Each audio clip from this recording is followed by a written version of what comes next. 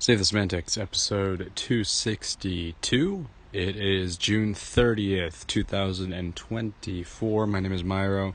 This is the podcast where I ramble on for a bit about some shit. It has been a rather busy past week for me. And it's been good, though. It's been good. Been able to catch up with people that I haven't seen in a little bit, friends and the like, and I had a sort of a nice time, a little mini trip, if you will, small little trip outside of where I reside, if you will. Let's get the bad news out of the way. You know when people do the good news, bad news thing, why do they always... No, you gotta start with the bad news.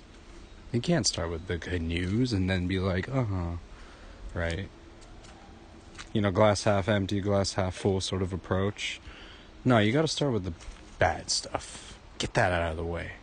And then you can present something like, hey, listen, I don't know, say something, you're working on like a project or something like that. Hey guys, just some bad news, but we reached a bit of an impasse here. There's going to be a bit of a delay, so we can't deliver it on the expected time. And then the good news is like, hey, however, we've made some really great progress, and we should all feel good about where we are. I don't know. I don't know. People have different ways of going about it, but I just don't feel the good news first approach makes sense. Let's get the bad news out of the way. So, as of right now, at this point, Klay Thompson will no longer be with the Warriors, and after I finish recording, he might be on a completely new team at this point. So, it still sucks, you know. This was expected, I feel, in a lot of ways. A part of me was like really hoping that he could sign for just like a vet min and then come back and retire with the team, but we don't always get those kinds of endings, you know, with every type of franchise/dynasty. It's just not gonna go that way, and it's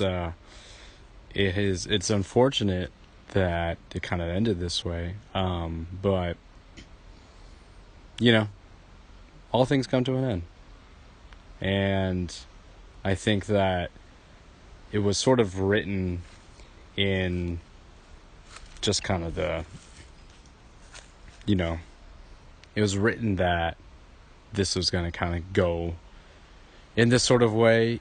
He was not efficient in his performance throughout the year, and it just wasn't the best season to end things off on, and kind of the fashion that it did, with, you know, things ending at the play-in and stuff. So it happens, you know what I mean? This kind of thing happens, and it still sucks. It still sucks.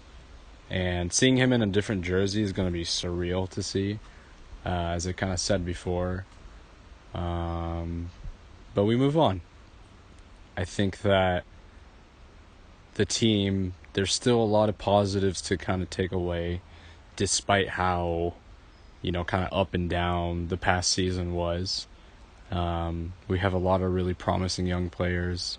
I forgot the name of the rookie that we drafted, but he seems to be someone that we could potentially go to and be part of, you know, the potential future. I don't know, but I think that there's still prospects. There's still things that the team can do to sort of find people that can essentially replace Klay and get better, to put them in a position to where there could be a potential final run of sorts, with Curry still, you know, doing what he can. But they definitely do need some help for sure though. There's been conversation about Paul George being a part of, joining the team. I don't think we really go anywhere with him as a part of the, you know, as a part of like this year. I just don't feel like he can really. I like him. I've always liked Paul George, but I just don't think he would be like. I mean, if we are able to sign him to like a reasonable deal, then I think that would be cool. But I also just don't know. I just don't see how impactful that's going to be in terms of us getting to a place of true contention. You know what I mean? But maybe it could get us to just at least, into the at least into the first round. You know what I mean? If that's our goal, but I don't think that's what it is. So if we could get like Paul George and then someone else on top of that would be really great. But it's sort of hard to, it's a little hard to envision. I don't know. But this, the era is sort of, I don't know, it's officially kind of at a close with Steph and Klay and Draymond. It is going to be very weird not seeing him on the bench or on the court. And yeah, it's really starting to kind of hit that this is it. And the team sounds like it's already moved on, and Klay clearly has moved on. So there's a lot of things to pick and, poke at in terms of, his approach, in terms of what he feels is the best decision. But again, it's like, I would have loved for him to stay. And I had, like, in the earlier part of the season when the team was really struggling, there was a lot of conversations about, the want to trade Klay and stuff like that. And now that we're at the point where we are, it's you gotta just face it forward, man. Like, this is probably, I think, as of going into kind of the long term, this might be the best. This might be the best path moving forward. You know what I mean? If we can somehow do a sign-in trade, get him to a place where he needs, and then we can get some draft capital in the process, I think that would be really good. Draft capital or like another young promising player, then I think that could be really something, and push us to a place of contention, and at least have some assets available to, once we are sort of past the Curry era, put ourselves in a position where we can truly kind of rebuild and have people to build around. You know what I mean? I know that whole 2 timeline thing didn't really work out in back when they were sort of discussing it back in the 2022 run. They ended up winning the championship, so I really can't complain about that. But I think there's still potential to be able to get, find some young promising prospects and try to build them into as a part of our franchise, and really, so we don't have to necessarily go into full rebuild mode, even though I think that's kind of where we're headed eventually, right? Every team gets to that point. So it's it's tough to look at it for sure. It's tough to even acknowledge that it's happening.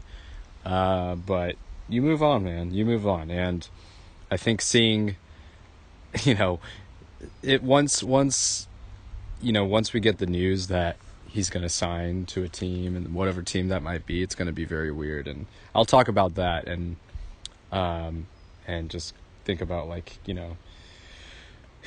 what his role is going to be as sort of a veteran presence on whatever team that he does end up on. It will be interesting to look at, and obviously it's not going to hurt. It's not going to be easy. it's going to hurt to some extent, but I'm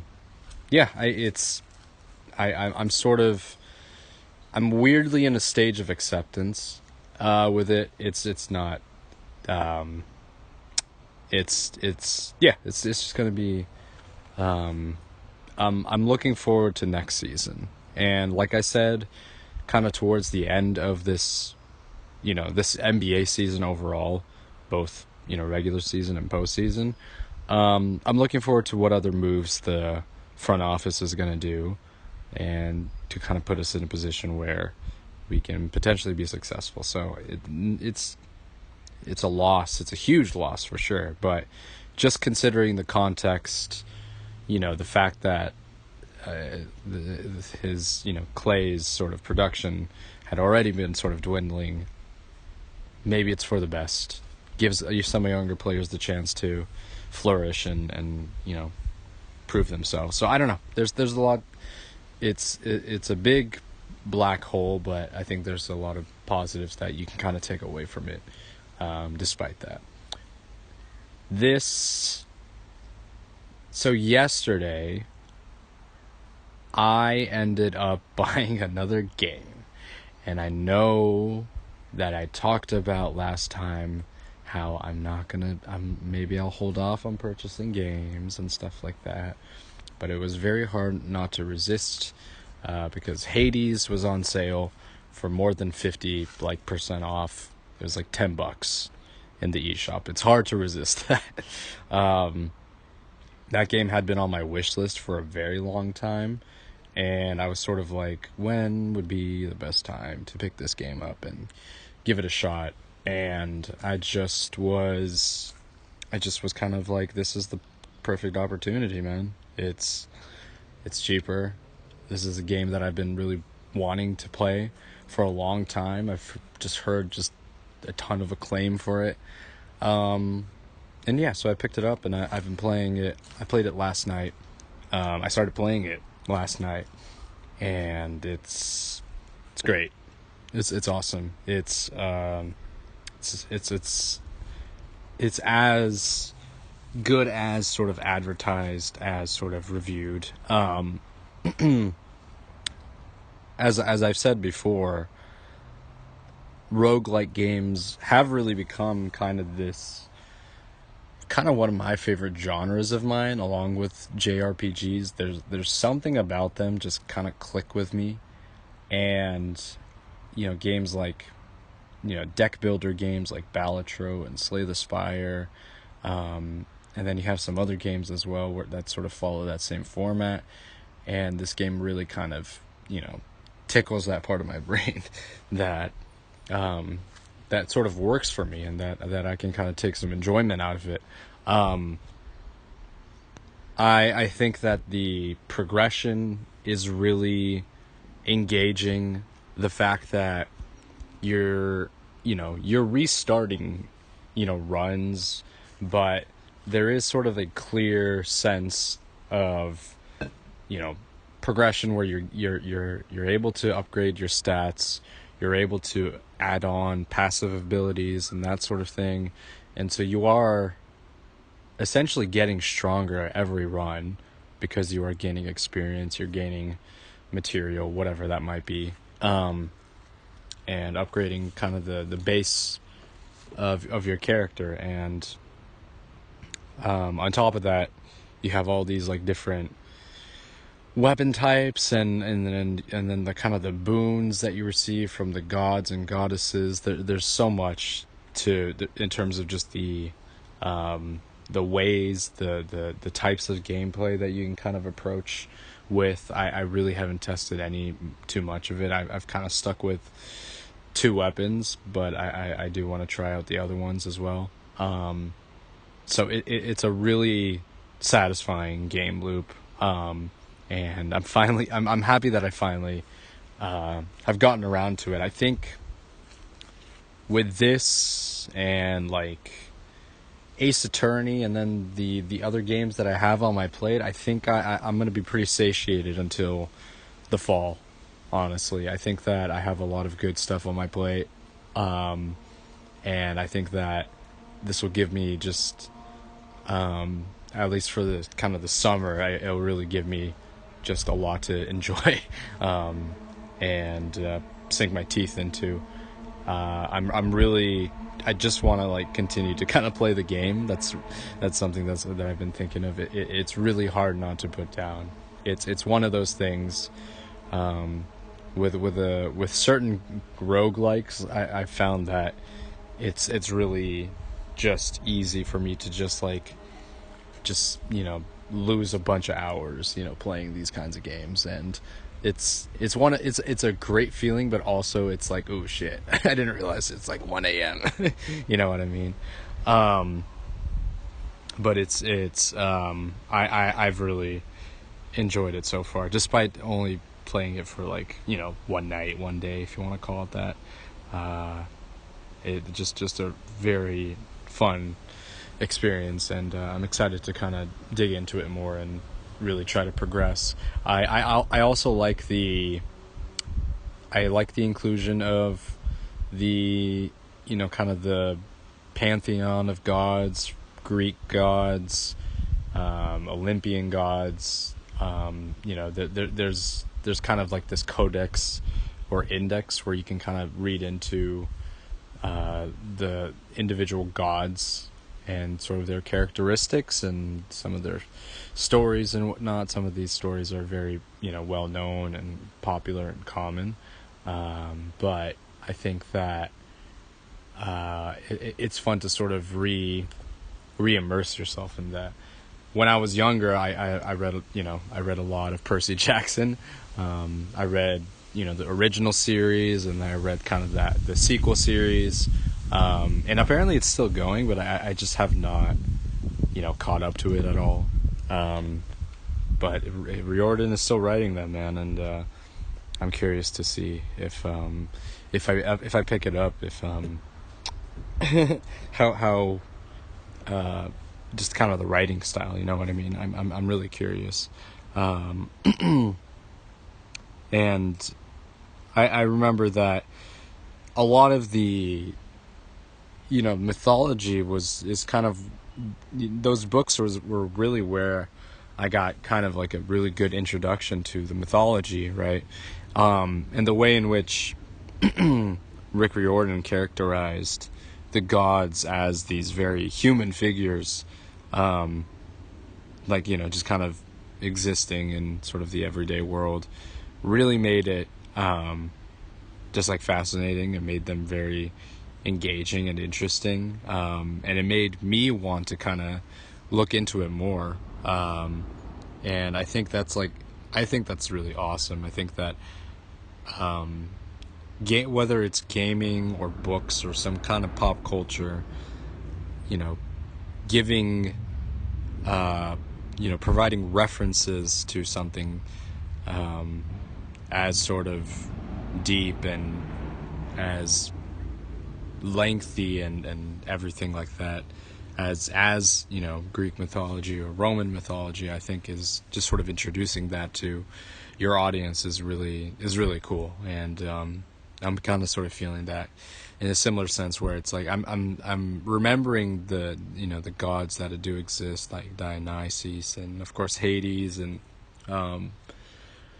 Poseidon and all of these other characters. Essentially, it makes me sort of want to go back and kind of read up on it a little bit more, and just kind of go through the stories again, because I think there's a lot of really great stories in that sort of mythology, you know what I mean? So it's cool. I think it's really cool. But yeah, I do want to go back and I just want to keep playing. The main thing is I just want to keep playing this game, and I'm just happy with kind of the my library currently, because I really feel like I can get like a nice summer gaming session, if you would. I think my plan sort of for the rest of the year, I like to sort of map these out, which is sort of funny to think about, but what I kind of want to do is I have sort of like my summer games, and then going into September, I can pick up Zelda, Echoes of Wisdom, and that will sort of be like my fall game, and then I'll probably play that for a little while, And then we got Dragon Quest coming up. So I there's just so much. I still want to play like Unicorn Overlord. There's so many games, dude. There's so many games, and I just it's great, but also sometimes a little daunting. um, and yeah, dude, I'm just like feeling this urge to just like play through whatever I can right now. You know what I mean? I honestly, like, one of the things that I just would be great if possible is just to like take time off and just game, you know? I kind of did that when Tears of the Kingdom came out last year, and I kind of want to do that now just so I have the ability to just like play just a bunch of games that I have in my current library and stuff. Yeah, that would be nice, but I do want I also think I should be a bit more active and stuff, considering it is the summertime. So but yeah, it's good, man. There's a lot of good stuff coming out, and a lot of stuff that I currently have. So I'm very much kind of filled up in that sense. What else is there to talk about? The presidential debate started, and apparently it was a shit show on Friday night, and we're not going to get into that. I know there's a lot to discuss, and there was a whole thing regarding a Supreme Court, which they overturned a case regarding Chevron, I believe. So on that end, and kind of the real world aspect, it's not great. It's not really that good at all, you know, in just sort of the national point of view. So yeah, I don't know what I can really say about those things. There's probably people out there that are far more educated about this kind of thing. So seek that out. Seek that information out, if you will, and if you can. Because they can probably provide some important context and importance about how this will affect citizens and everything like that. So, yeah, I think that's it. Really just wanted to catch up on, you know, some basketball stuff. Obviously, the Klay news, and talk a bit about Hades, and my kind of general excitement towards, you know, what other games that I kind of have on my list that I could potentially get into in the near future. So yeah, this one I'm recording earlier in the week. So today is Sunday, and so I'll try to shoot for another episode later this week.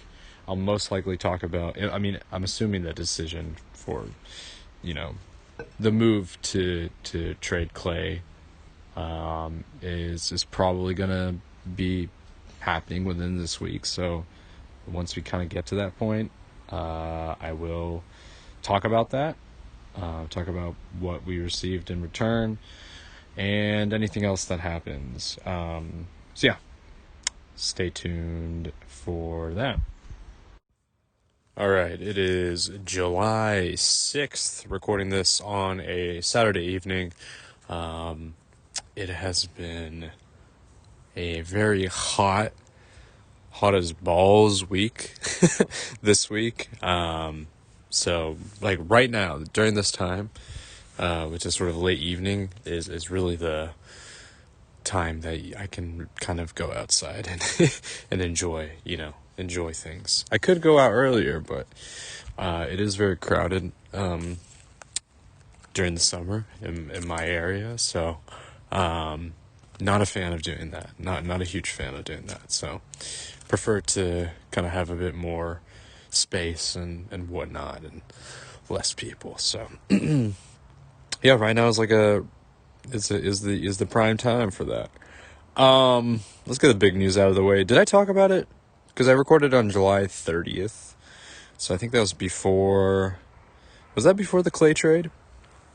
If I didn't talk about it then, which I don't believe I did, Klay Thompson was traded to the Dallas Mavericks earlier this week. and we received some picks back. There's some other trades that we also were a part of, and I'll talk about that in a little bit.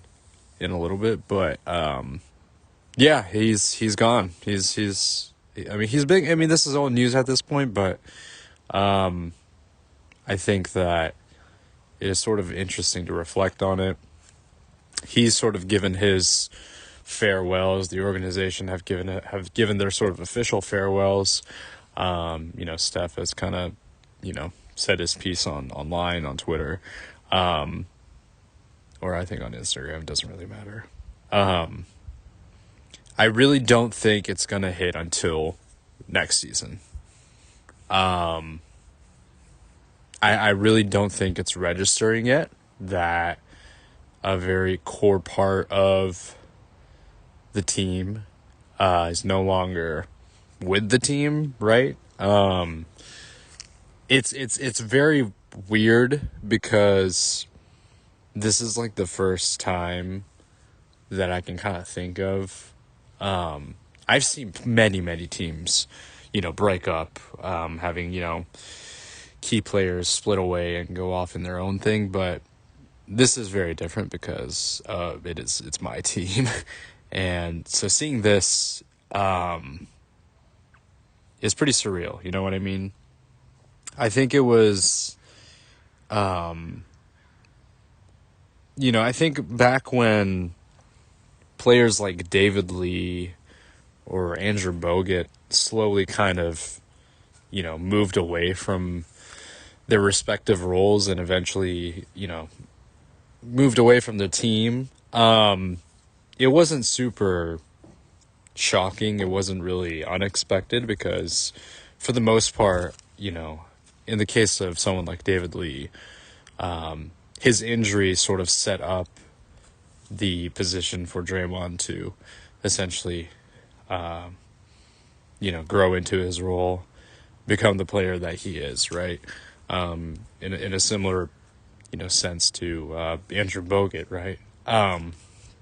So, like seeing those players, they eventually, their skills, their abilities, and those things, you could see it kind of slowly start to fade away, and you could kind of sense that their journey with the team was kind of coming to a close. And you can make the same case for Klay, but it's just the fact that he's been with the team for his entire career and for so long. The fact that, we as fans have seen him come into, this position and now it's 10 plus years down the line. It is surreal to think about, right? I'm not ready to do the whole, I'm really not ready to do, look at the highlights and all of that because I just, it's a little hard to accept. And I know last time I talked about how I'm sort of ready to move on, and I am in that sense, but it's going to be hard for me to look back at this time. It's just weird. You know what I mean?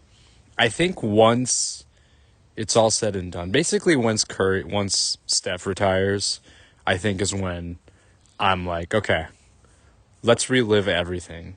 Because I think that's going to hit. It's going to hit way more.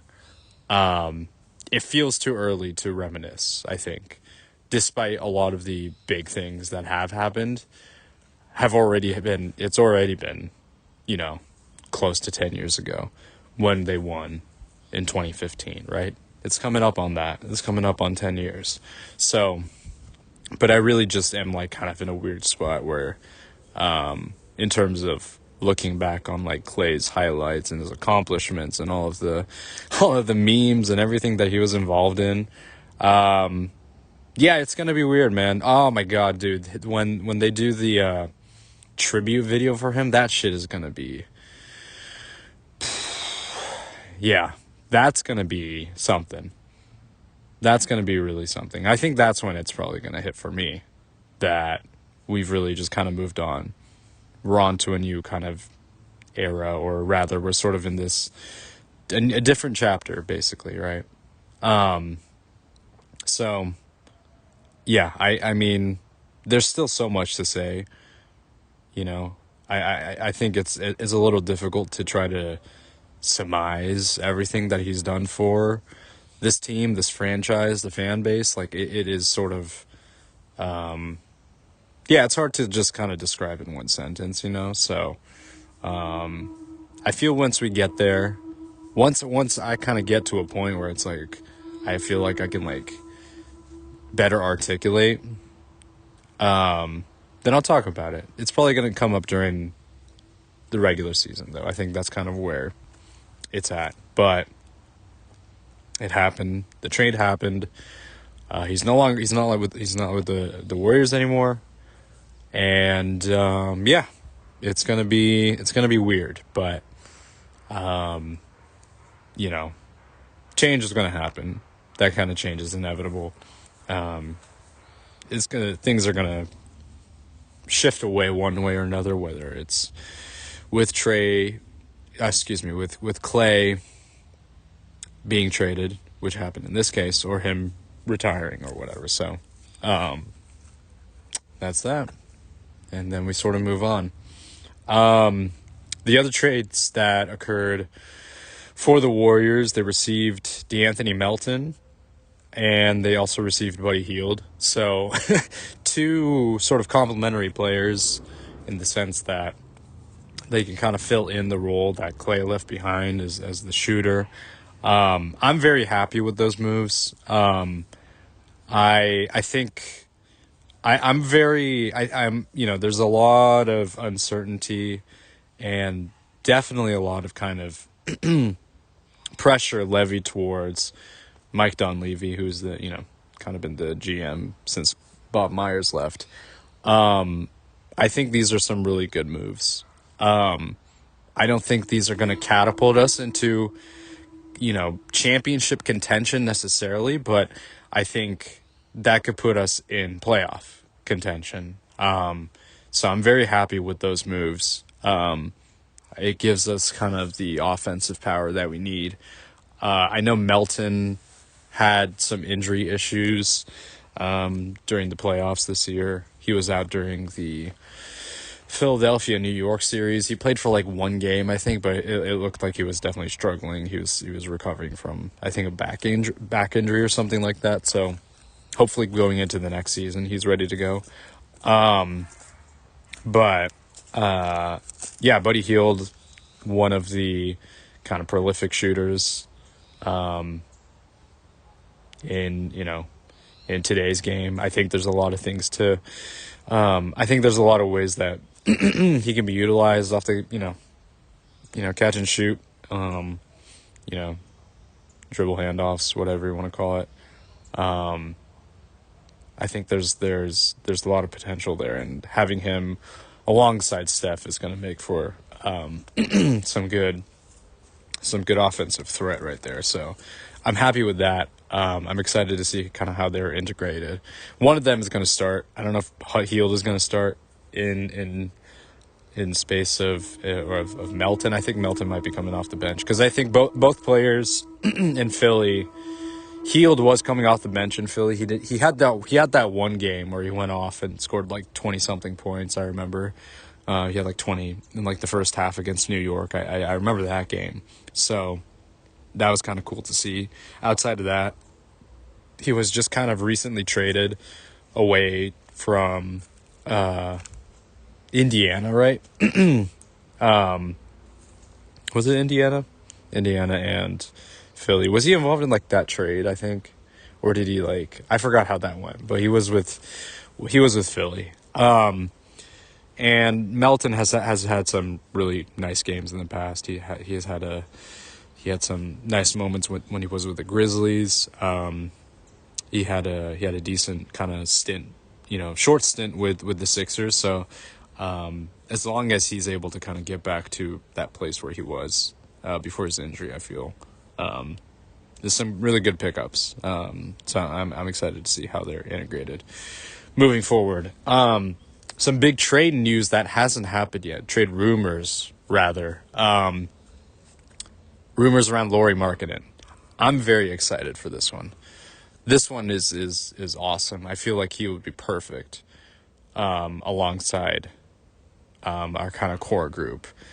I think if we are able to get him, I don't know what we would be giving up. I'm assuming we would be probably giving up some of our younger talents and some assets. But I'm okay with that. He's a really good player. He kind of came onto his own a couple seasons ago in Utah, and he essentially was sort of like sat out the majority of last season because Utah was just like straight tanking. I still don't I'm not a GM, so I never understand the tactics that certain GMs employ. But with Danny Ainge kind of at the helm there, I was thinking, like, wouldn't it be better if they traded him later or earlier in the season so they could get some draft capital back, and maybe try to capitalize on the kind of the future now and tank real heavy. And they did tank for sure, but I just don't really understand what the point of holding him was. Maybe just to get draft picks for a stronger draft later in the future. I'm not sure. I don't know. But anyways, this gives the Warriors an opportunity to land him, and that's very exciting. I think he complements the team really well. He's a great offensive threat. And we got a 7-footer. that's like the big thing, right? That's one of the big things. Is we got some size. So good stuff. I hope that somehow there's going to be some kind of trade that happens to land him, because I would be very excited to see him on the team. Maybe by the time this podcast goes up, so maybe a trade has already happened, so then I'll talk about it the following week.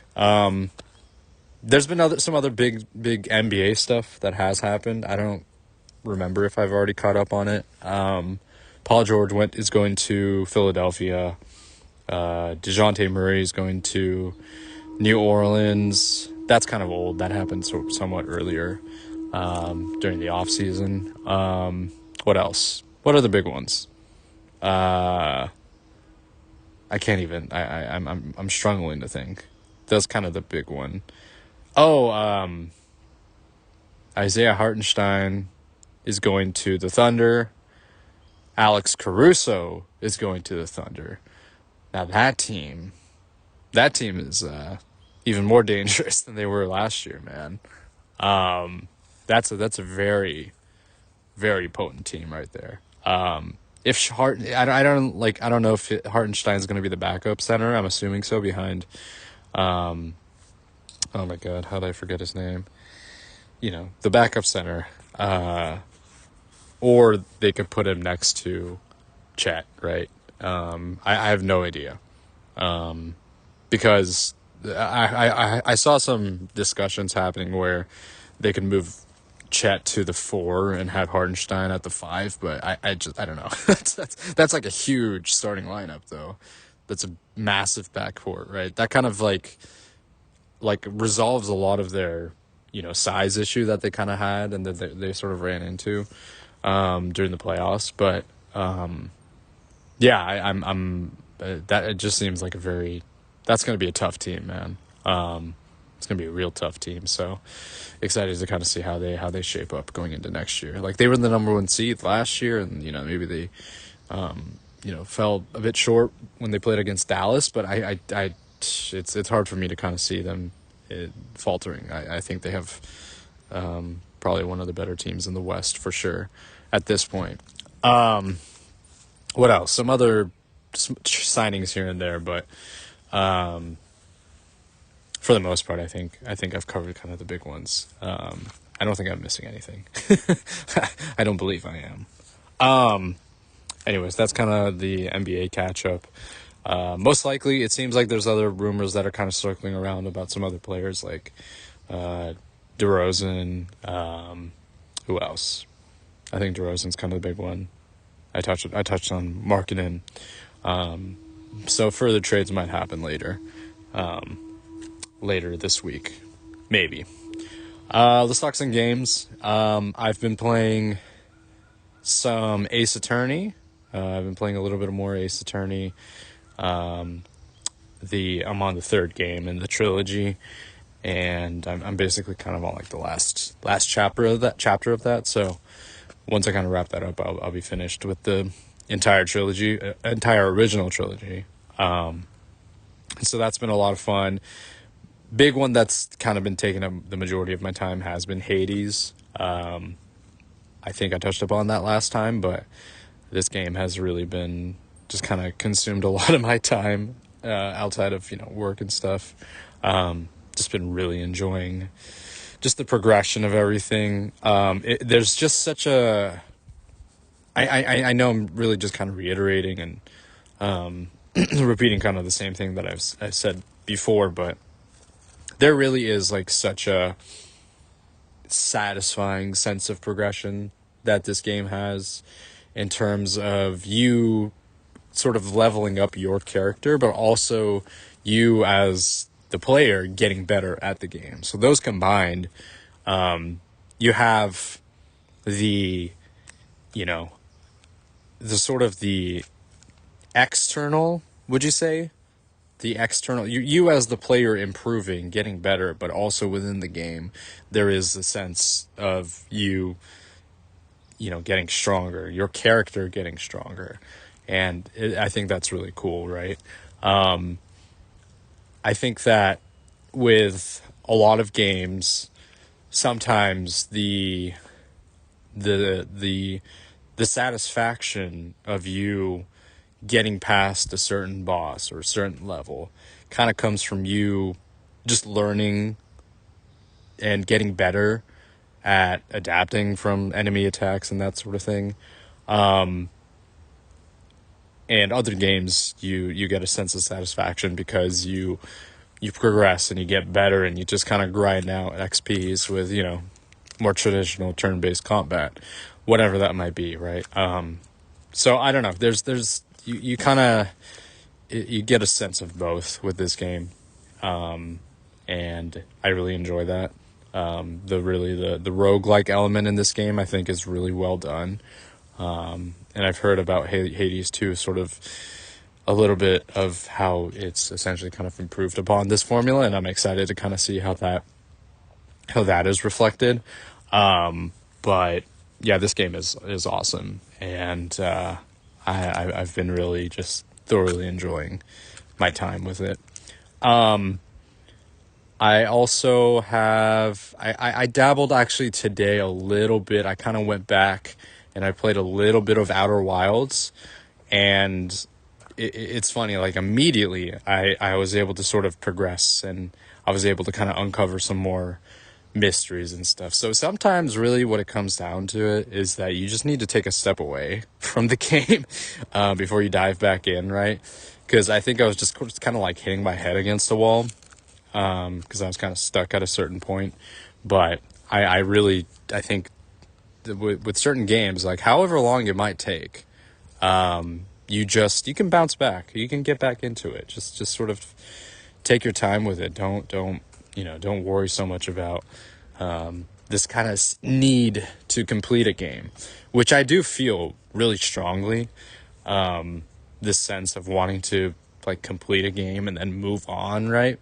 But I think there is nothing like I think I should feel fine with, giving myself the ability to return to the game if I am struggling with it. You know what I mean? That's not the case most of the time. Most of the time I stick with a game and then I just kind of finish it. But, yeah, like, for something like Triangle Strategy, that was something that I put off for basically 2 years, and then I came back to it, and I was able to kind of stick with it and finally beat it, and it felt good, and I no longer was kind of stuck in this rut, right? I was able to kind of take a step back and look at it and not be so like have such like a tunnel vision towards like beating, getting past the level. So sometimes it's just kind of what it takes, and it makes for a more enjoyable gaming experience, you know what I mean? Instead of like feeling frustrated and just like trying to like do it, just trying to stick with it. So, I don't know. It's nice to kind of give, I don't know. it's like a melodramatic, but to have that option, I think is kind of nice to kind of be able to return to the game. I just think that sometimes maybe there's like a anxiety that you feel because you have so many games left undone that you maybe started and you haven't finished yet. So that's why I think in my head it's easier to kind of organize it to beat one game at a time instead of having a scatter of a bunch of games. But yeah, I don't know. I think it's fine. Just don't worry about it, man. You're supposed to have fun. So if you're not having fun currently, just take a break and then come back when you're willing to have fun again. Is kind of what it comes down to. Yeah, so just kind of a quick catch up. There's a lot of things to kind of be excited for. And I think, I talked about it when I recorded the podcast after the direct, but I feel just very happy about what games I sort of have available to kind of play. Again, like I've mentioned, I already have sort of like this library of games that I want to go through, but I really am I'm just excited for what's to come. I think Zelda is definitely one of the ones that is kind of piquing my interest for sure, because it's a new Zelda game and everything. And then of course Dragon Quest 3. And so and just in between that, I can still fill that time with, as much as I can with whatever time I do have available. But, yeah, I'm just very excited for the rest of this year going into next year, and then kind of what kind of lies in store for us going into the next, Switch console, right? So Switch successor, Switch 2, if you will. It's so funny, kind of the shift that I had this year, where I had sort of kind of like I don't know, not apprehension is maybe not the best word, but I just was not really, I wasn't very excited for the things that were coming up this year for, since I really only play on my Switch. So, there wasn't really anything coming out. And there wasn't really anything announced basically until June. So the first half of the year was like incredibly just dry. There was really nothing going on. So, and I know that I already have, a library of games to play from, but I get excited hearing about the games that do get released. So when there wasn't any announcements coming up, I was kind of like, okay, so we're really like kind of gearing up for the next console, right? And so when the June Direct did come, it was such a surprise that it honestly kind of reinvigorated kind of like my excitement, basically. Despite me most likely not getting into the majority of the games. Like, I'm going to pick up some for sure, some new games, but I'm not going to pick up all of them, right? So it's but it's just fun. It's just nice to kind of sort of be a part of that kind of hype cycle, if you will, once in a while, even though I try not to get too caught up in it. But who cares, man? Just it's fun to kind of speculate and be excited for certain things. Anyways, quick catch up on just basketball, some of the games I'm playing. I'm really trying to take advantage of the time that I do have, and enjoying myself. But I think that's going to do it for this week's episode. Next week, I'm going to keep an eye out for more trade talk. The Olympics are coming up, which is kind of crazy because they have like qualifiers happening right now. So that's kind of wild. Copa America is also happening too. There's a lot of things happening in the sports world. So maybe I'll touch upon a little bit about that if any updates come up. But that's going to do it for this week's episode. This has been State of the Semantics, signing off.